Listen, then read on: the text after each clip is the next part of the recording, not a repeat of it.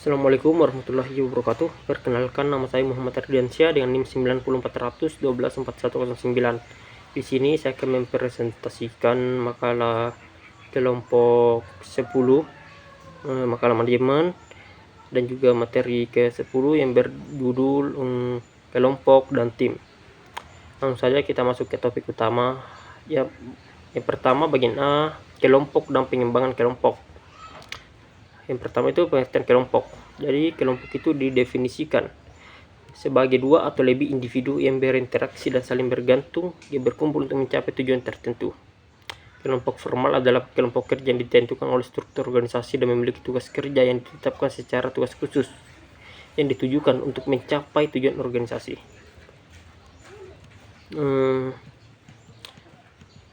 Adapun beberapa tahap. Yang pertama itu tahap pembentukan, memiliki dua fase. Yang pertama, saat terjadi orang-orang bergabung dengan kelompok dalam kelompok formal. Orang-orang bergabung karena beberapa tugas pekerjaan.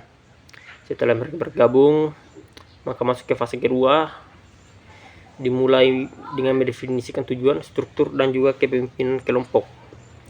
Selanjutnya, tahap penyerbuan, diberi nama yang tepat dikarenakan adanya konflik intergrup. Terjadi konflik mengenai siapa yang akan mengendalikan kelompok dan apa yang perlu dilakukan kelompok tersebut. Selanjutnya, tahap norming. Ini itu merupakan tahap di mana hubungan dekat berkembang dan kelompok menjadi kohesif. Selanjutnya, tahap keempat itu tahap pertunjukan. Struktur kelompok ini sudah terbentuk dan diterima oleh anggota kelompok. Energi mereka telah beralih dari mengenal dan memahami satu sama lain menjadi mengerjakan tugas kelompok. Selanjutnya itu tahap terakhir atau tahap penangguhan. Jadi dalam tahap ini kelompok itu bersiap untuk bubar dan kelompok itu memfokuskan perhatiannya pada cara penyelesaian kegiatan alih-alih kinerja tugas. Selanjutnya materi bagian B, kinerja dan kepuasan kelompok kerja. Yang pertama, kondisi eksternal yang diberlakukan pada grup. Kelompok kerja dipengaruhi oleh kondisi eksternal yang diberlakukan padanya seperti strategi organisasi, hubungan otoritas, aturan, dan regulasi formal, ketersediaan sumber daya dan sebagainya, peralatan dan perkakas modern dan yang berkualitas tinggi untuk melakukan pekerjaan mereka, sementara kelompok lain itu tidak melakukannya.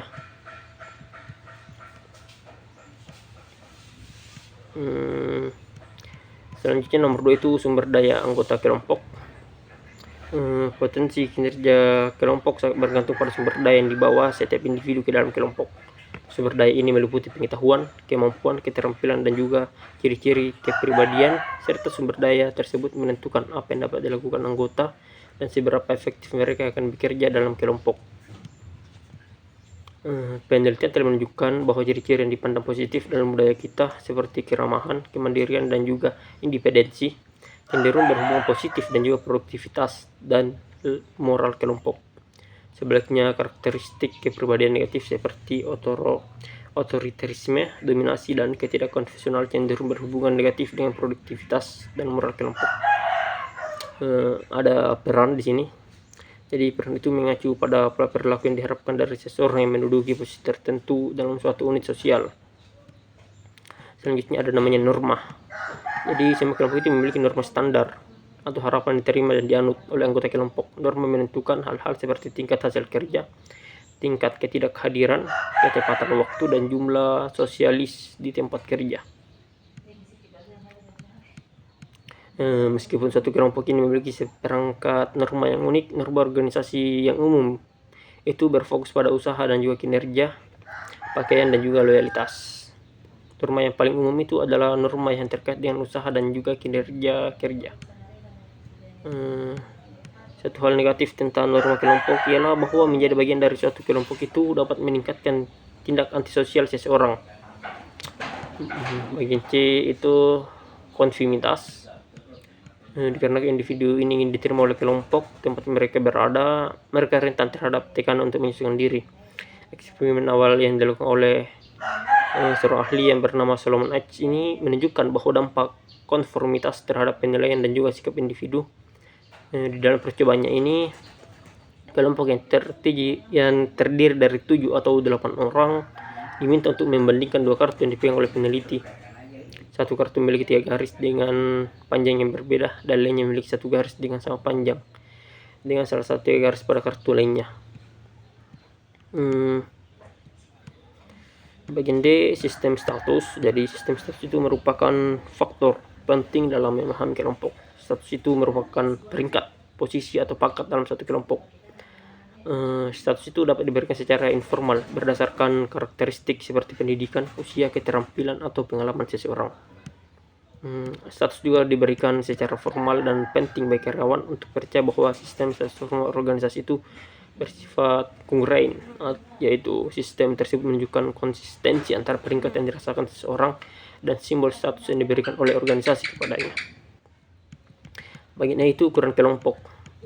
Ukuran kelompok ini tentunya mempengaruhi kinerja dan juga kepuasan, tapi efeknya itu bergantung pada apa yang seharusnya dicapai oleh kelompok tersebut.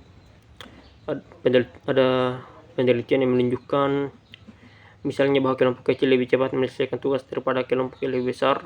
Namun untuk kelompok yang terlibat dalam pemecahan masalah, kelompok besar secara konsisten mendapatkan hasil lebih baik daripada kelompok yang lebih kecil. Jadi artinya kelompok besar, kelompok dengan solusi atau lebih anggota baik untuk mendapatkan masukan yang beragam. Selanjutnya bagian F, keterpaduan kelompok.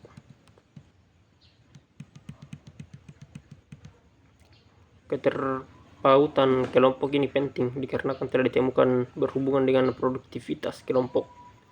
Kelompok yang banyak terjadi perselisihan internal dan kurangnya kerjasama kurang efektif dalam menyelesaikan tugas mereka dibandingkan kelompok yang anggotanya umum itu sepakat, bisa bekerja sama dan menyukai satu sama lain. Selanjutnya bagian G itu proses kelompok.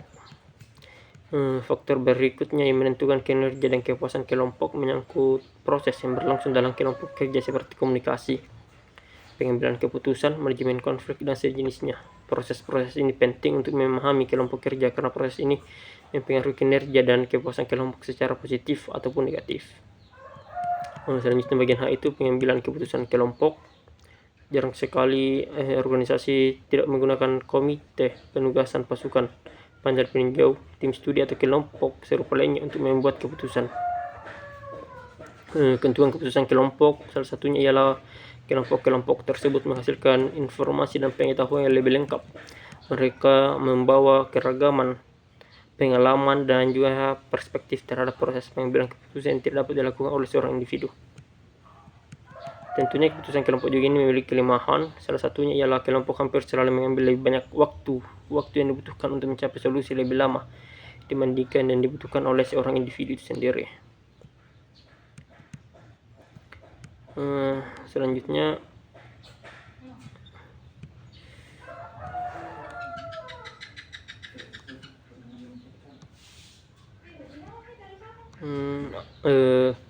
ada teknik yang dapat digunakan manajer untuk membantu kelompok membuat keputusan lebih kreatif. Yang pertama itu manajemen konflik. Proses kelompok penting lainnya adalah bagaimana satu kelompok mengelola konflik. Jika suatu kelompok melaksanakan tugas yang diberikan, perselisihan pasti akan muncul. Konflik ini dianggap sebagai perbedaan yang tidak sesuai sehingga mengakibatkan beberapa bentuk campur tangan atau pertentangan. Bagian 4 ada konflik bersifat fungsional dan kapan bersifat disfungsional. Konflik tugas berhubungan dengan isi dan tujuan pekerjaan. Konflik hubungan berfokus pada hubungan interpersonal. Selanjutnya materi bagian C itu mengubah kelompok menjadi tim yang efektif. Pertama itu ada tim kerja. Jadi tim kerja ini berbeda dari kelompok kerja dan memiliki ciri khasnya sendiri, di mana kelompok kerja berinteraksi terutama untuk berbagi informasi dan membuat keputusan guna membantu setiap anggota melakukan tugasnya dengan lebih efisien dan juga efektif. Yang kedua itu jenis-jenis tim kerja. Yang pertama ada tim pemecah masalah, yang kedua tim kerja yang dikelola sendiri, yang ketiga ada tim lintas fungsi, yang keempat tim virtual. Selanjutnya ada menciptakan tim kerja yang efektif.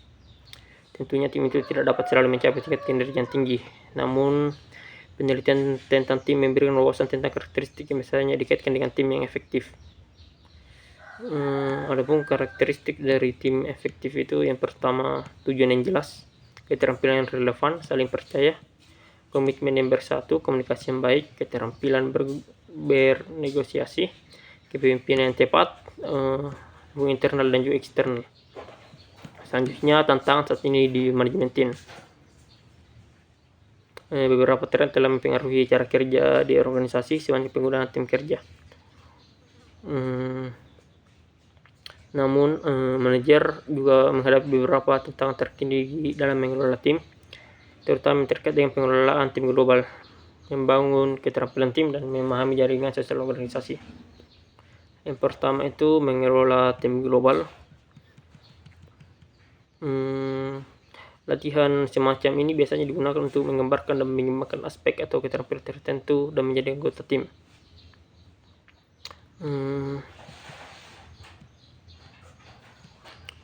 Saat ini manajer perlu menyadari bahwa orang tidak secara otomatis tahu bagaimana menjadi bagian dari tim atau menjadi anggota tim yang efektif.